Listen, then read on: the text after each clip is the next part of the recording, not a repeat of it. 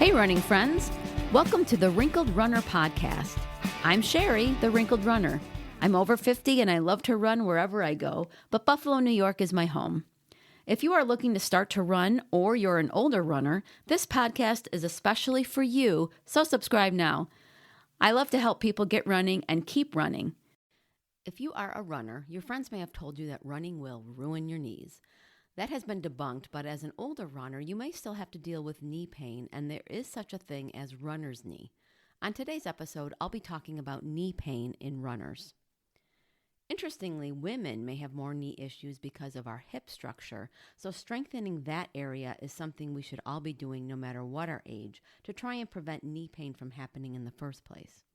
Like I said earlier, runner's knee is an injury that runners of all ages can get, especially those who are just beginning.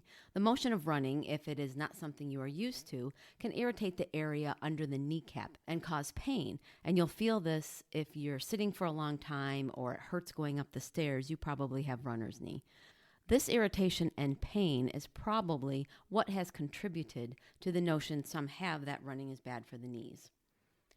The causes of runner's knee could be that your body is off balance or even overpronation, which is when your foot rolls inward when you run. The way our feet pronate used to be a very big deal with runners and what shoes we should pick and different things like that, but the latest science doesn't put as much stock in that as it once did. That being said, it still could cause you other issues that don't have anything to do with what kind of shoes you get. The best thing to do if you are having pain in your knee is to see your doctor. There are various things he or she may try to do to alleviate the pain. If your knees don't bother you when running, and some injuries and irritations seem to do that, but it can cause pain when you're not running, you should still take some extra days off and reduce your mileage. Avoiding running downhill can also help your knees, believe it or not. A lot of people think that running downhill is the best thing and that it's the most fun. And maybe, I guess for the younger folks, maybe it is. But for me, actually running downhill feels worse than running uphill. If the pain you are experiencing happens when you run, take a break from running and go for a swim or do the elliptical if you have access to one until you can find out what is going on from your doctor. And when you do try again, do some easy running at a slower pace. Previous knee injuries or a previous tear in your ACL, with or without surgery, can cause pain if you start to run. And again, talking to your doctor can help. And they may refer you to like a sports doctor. Then that sports doctor, because he's used to working with people who run, he or she can give you some advice on how to alleviate the pain or things that you can do so that you can continue to run. In the older runner, there are three things that seem to contribute to knee pain the most. The first being osteoarthritis.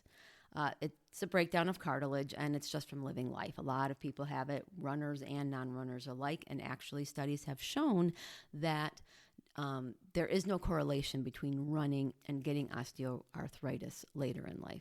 Obesity, which is also a contributing factor to whether you get osteoarthritis or not, is also something we have to consider with our knees because as we age, we tend to gain weight and it's harder to get it off. The third thing is the muscle changes that our body goes through as we age.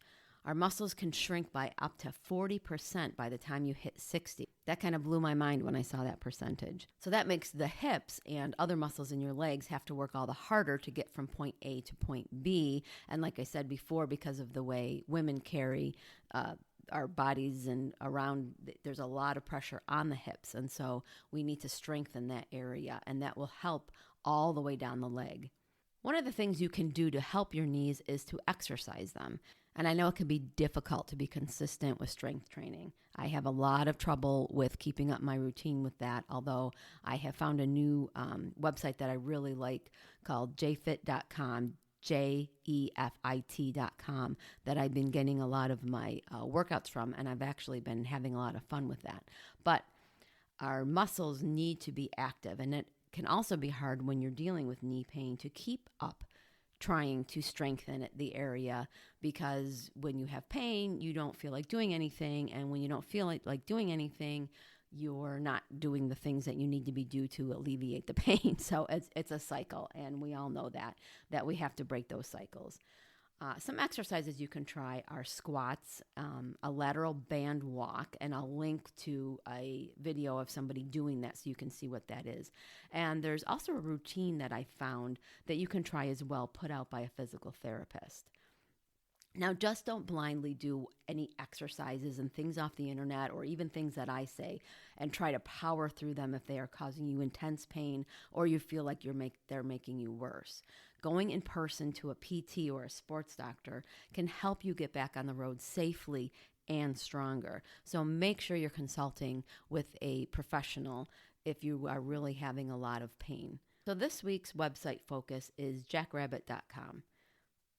This online running store is where my husband goes after we have fallen in love with a shoe. So if you listen to one of the first podcast episodes on choosing a running shoe, you'll hear that I recommend going to a dedicated running store to talk to someone and have them help you. Once you get shoes you love, though, there is nothing wrong with buying them online for even the next few years. Now, I'm talking about the exact same shoe. Shoe companies will change things up from year to year, and there are things you may not like about a different version of the same shoe. But if you find a shoe you love and you keep wanting to run on those shoes, you can get that version on the website for a few years a lot cheaper. So check them out. Next week, we're going to be talking about running form and things you can do to improve your form and things that aren't so critical since we all kind of run the way we run. I hope you enjoyed today's episode. If you know another runner who could benefit from today's topic, go ahead and share it. Do you have any running questions? You can ask me.